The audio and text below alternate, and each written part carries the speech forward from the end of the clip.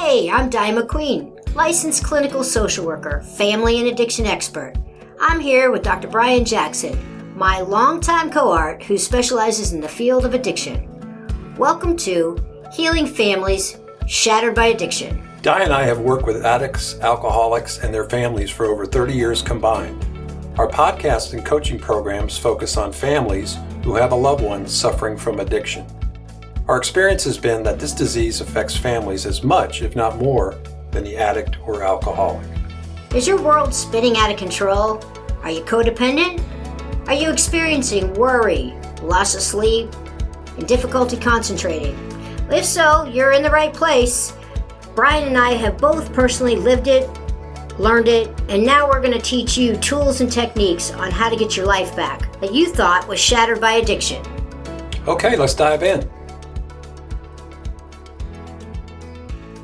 Brian and I are so excited to introduce to you our new sponsor, Lakeview Health. They are a wonderful residential treatment center. Whether it's the family member who is looking for a place or the addict or alcoholic themselves, this would be the place that we would refer them to. Brian, you have many years of experience with Lakeview. Yeah, Lakeview Health is a center of excellent addiction treatment. They take an evidence-based approach, medical approach to treating this complex brain disease. They hold the Joint Commission's Golden Seal, and they were voted one of America's best treatment centers by Newsweek magazine. They deliver dual diagnosis, gender-responsive, and trauma-informed care at their gorgeous facility here in Jacksonville, Florida. But they do see people from all over the world do come here to Jacksonville to go to treatment at Lakeview. Their levels of care include medically supervised detox, which a lot of people do need. Then they stabilize them in a residential rehabilitation and partial hospitalization program. They have board-certified physicians, master-level therapists, and they work to address the unique needs of each patient. So in other words, it's not a cookie-cutter program. They help individuals build skills for long-term sobriety. So if you or someone you know needs treatment, please visit their site at lakeviewhealth.com. We also have a hyperlink on our website at familyandaddictionexperts.com where you can just click and get some information about Lakeview Health. And Di, I think you have a number for people to call if they would like to inquire about treatment. I sure do. That number is 888-480-3799. That's 888-480-3799. Give them a call.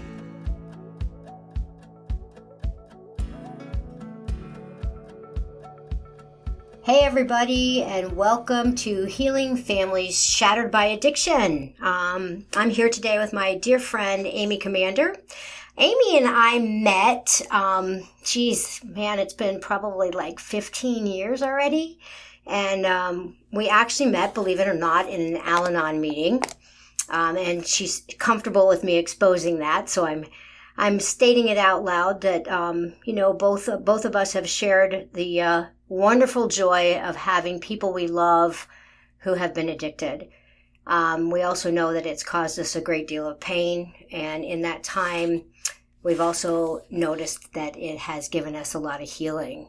And wow, what a change. I got to tell you, I remember this very meek, mild, scared, and I was too, but I'd had a few years on her, so, and now she's like a rock star, man.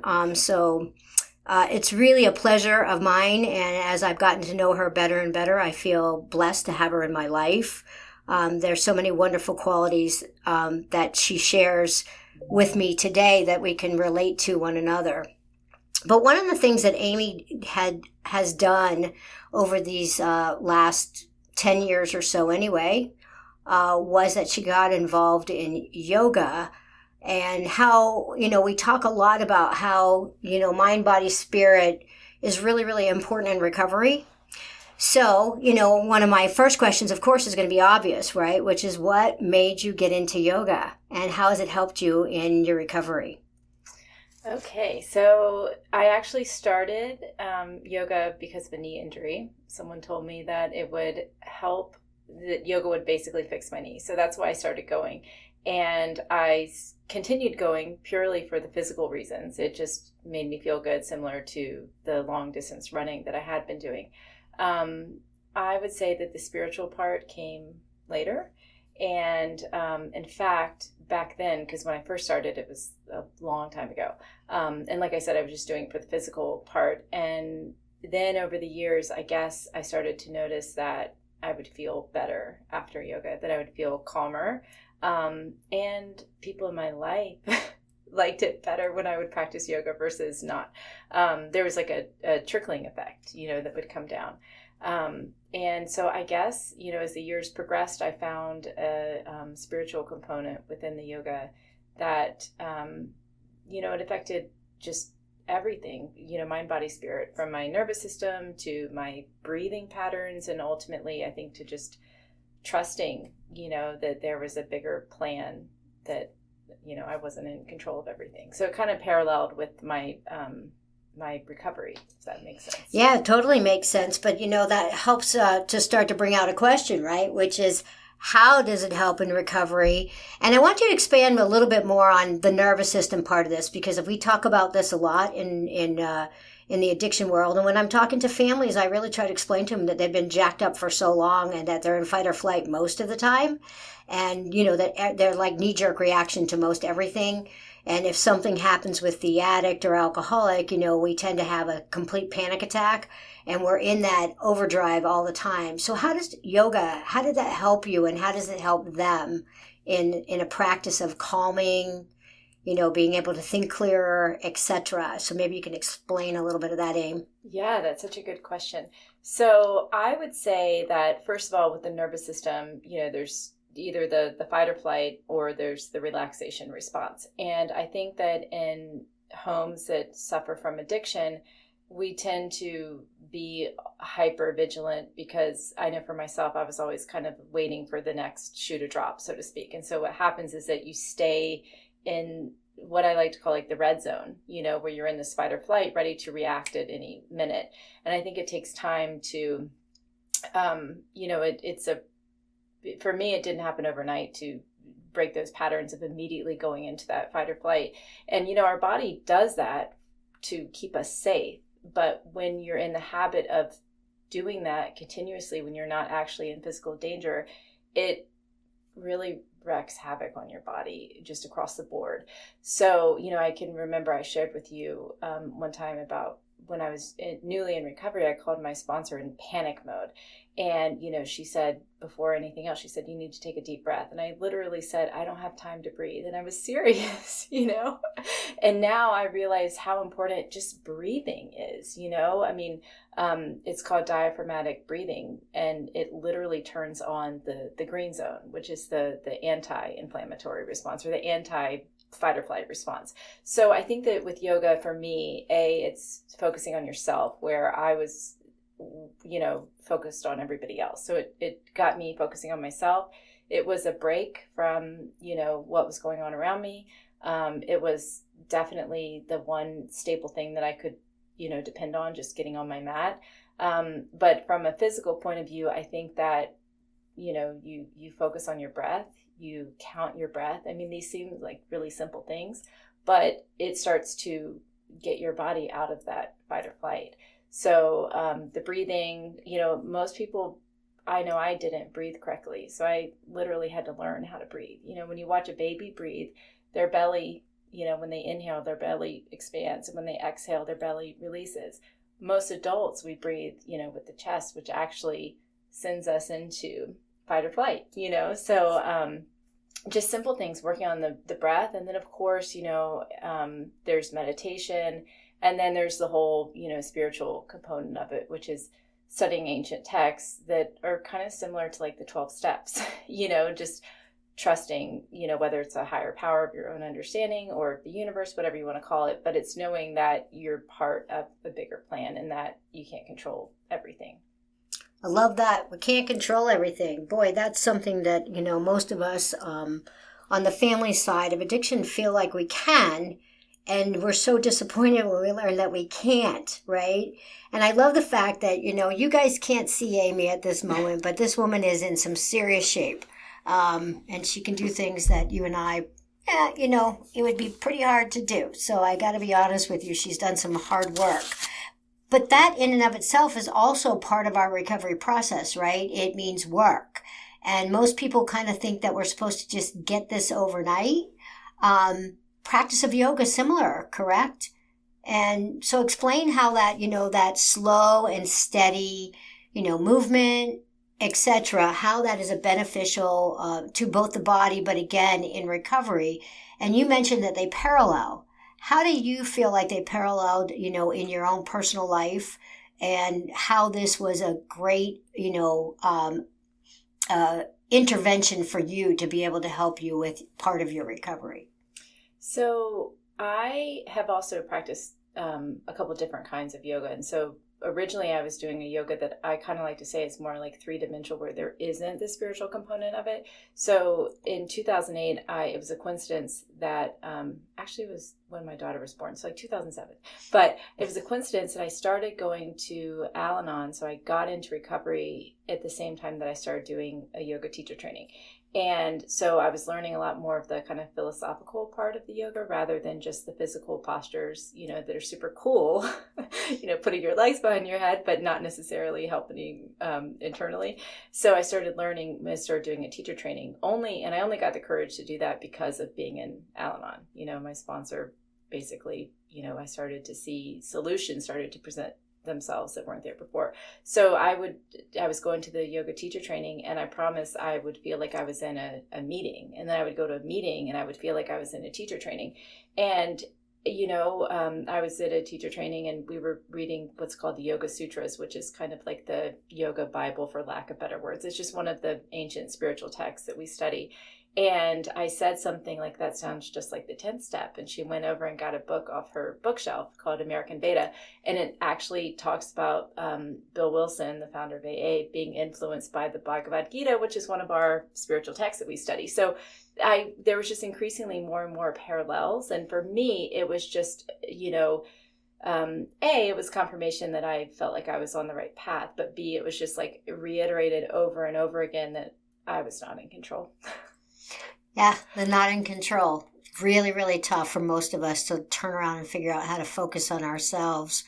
Very difficult, but yoga helps with that, right? You have no choice when you're laying on the mat. You've got to figure out how to pay attention to you and you only to get through whatever it is that you're asking of your clients, right? Yes, absolutely. And for me, there's so many different kinds of yoga to practice, and especially varying degrees of difficulty, but I tend to learn things the hard way, I would say.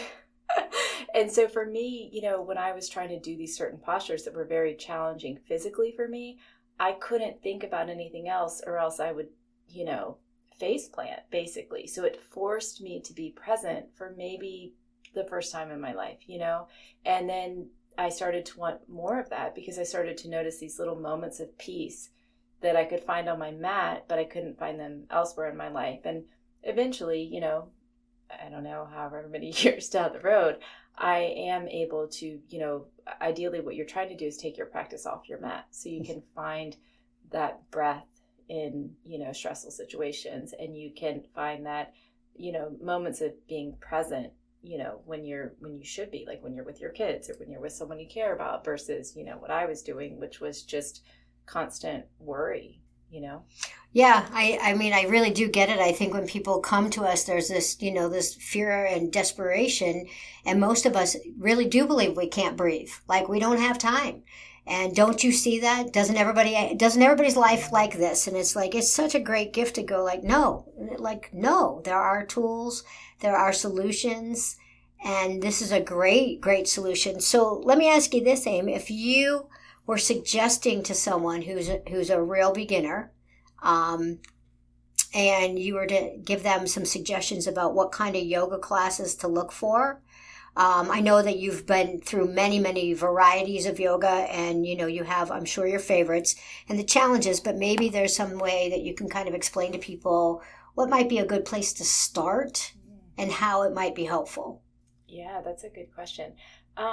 Well, I think it depends on what your level of physical activity is already. So if you're really active and if you're someone who likes to run marathons, you might go for a more physical practice like Ashtanga.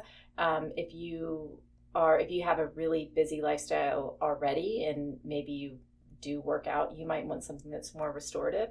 For me, I was, coming from long distance running, there was no way I could have sat to meditate. I mean, there's no way. So I needed something tangible, and, I needed to count my breath. I needed to keep moving because that's where I was, So I guess it kind of depends on where the person is in their level of, physical, what they're used to doing physically, but then also where they are mentally, because some of the yoga is more restorative, and so you're holding the postures for like 5 minutes.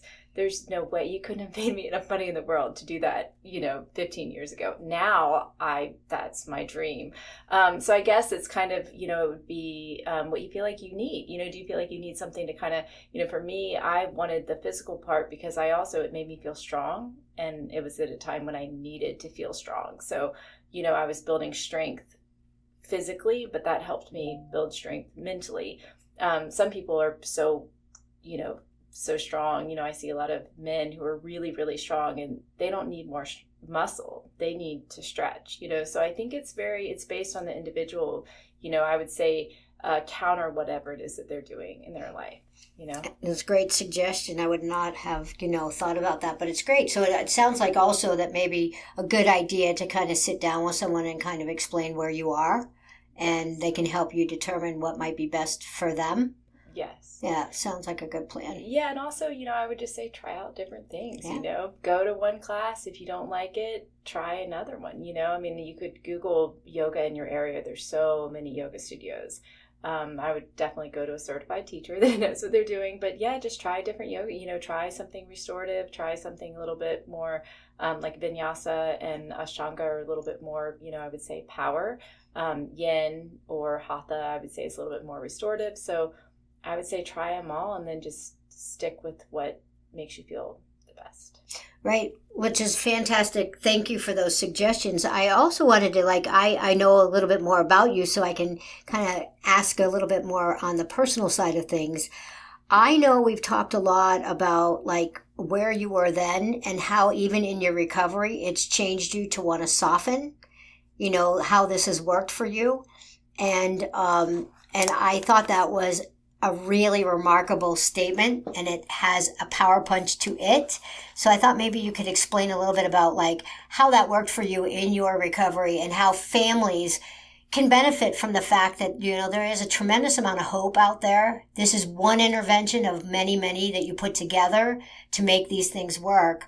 But for you, I thought that was just such an interesting comment that you made to me about how this has transformed over these years and softened you completely from a mental, physical, and an emotional side of things. So, yeah. Well, I think that it helped me get into my body. I definitely, resonate with the dissociation part of, growing up in an addictive home and spending a lot of my adult life in a home with addiction. And I wasn't feeling my feelings because I couldn't. And I think that through the practice of yoga, it has definitely, I've been able to get into my physical body. And, you actually physically open up your heart center, and when you do that, it's not woo-woo, it's a physical thing that you actually, emotions are released and you start feeling. And that's an uncomfortable process for, a lot of people. But I have to say, going through the physical part in yoga, but then having a program, they have worked so simultaneously together, because I don't know that I would have known what to do with those feelings if I didn't have recovery. Fortunately, I'm a yoga teacher that also has recovery. So if I have a student going through that, I kind of know, how to help them. But I would say that, for families,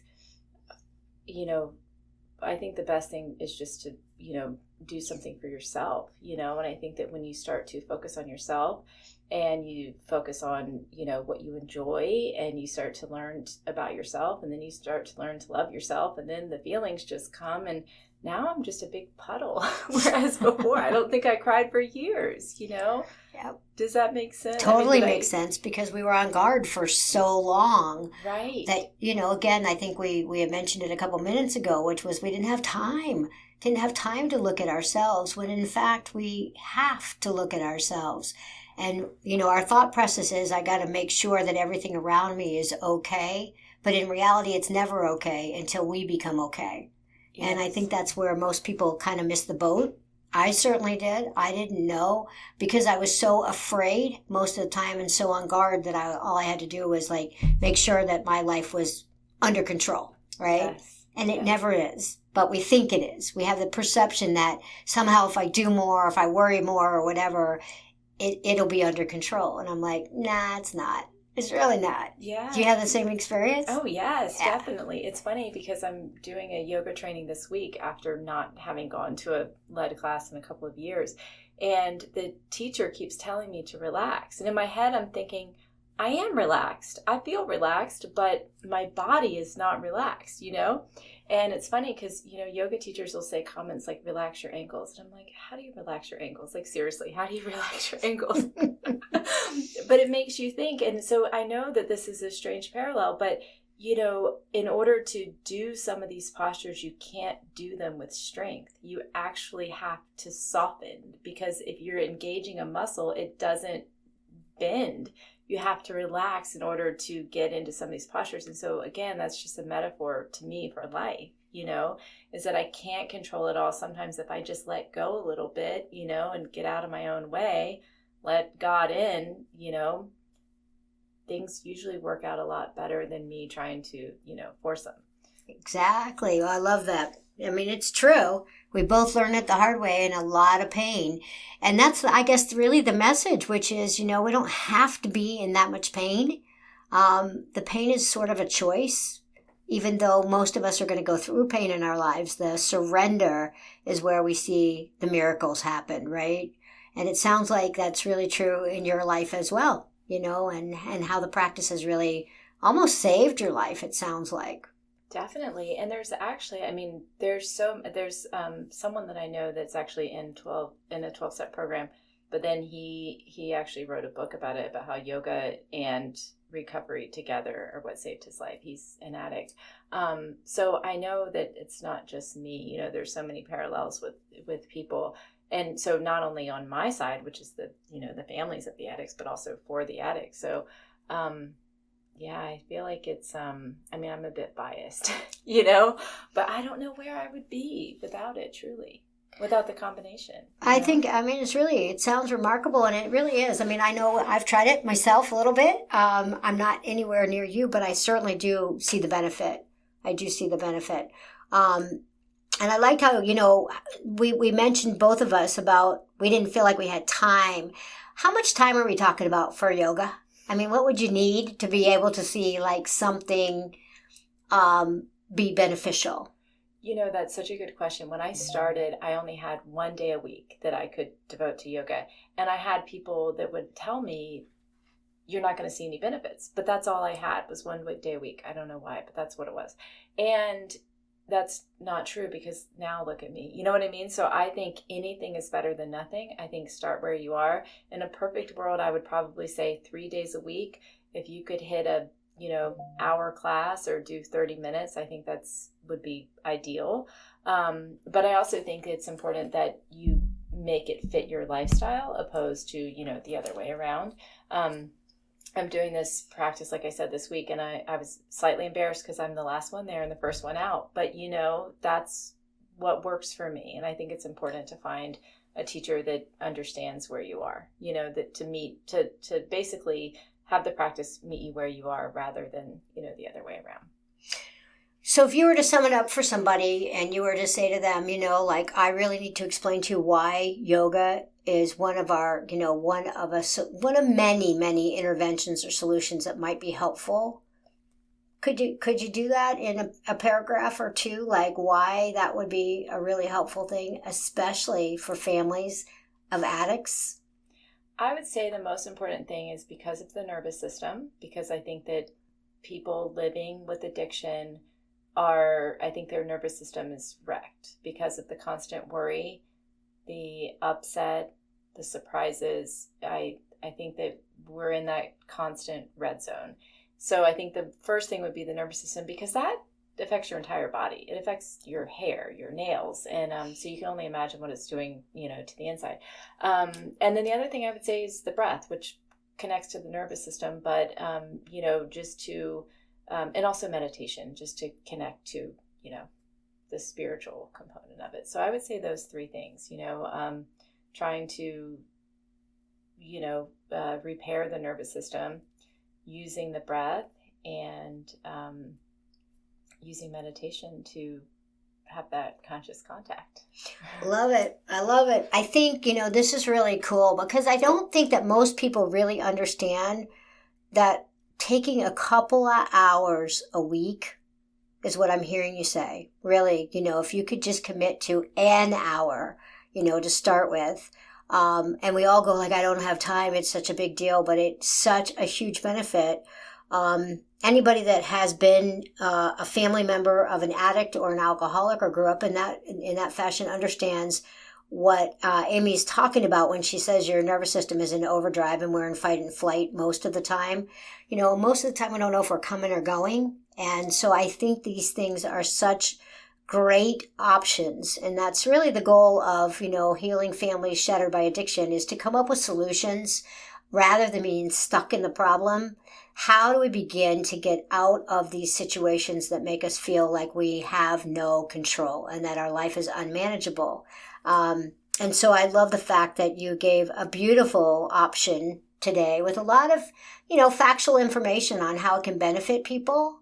And, how it can really begin one of many, different areas that we can talk about. But I love the mind, body, spirit connection. And Amy, if you have anything else that you'd like to say, that might help our listeners today, I'd love to hear it. Well, the only other thing I was thinking about is that when I practice yoga, I have fun, and the people who come to my class, we have fun. And so there is a discipline to it, which I think is important, but I also think it's important to not take yourself too seriously. And I think a lot of people are intimidated by yoga because they think, oh, I'm not flexible or I'm not. And to me, it's like, none of that matters.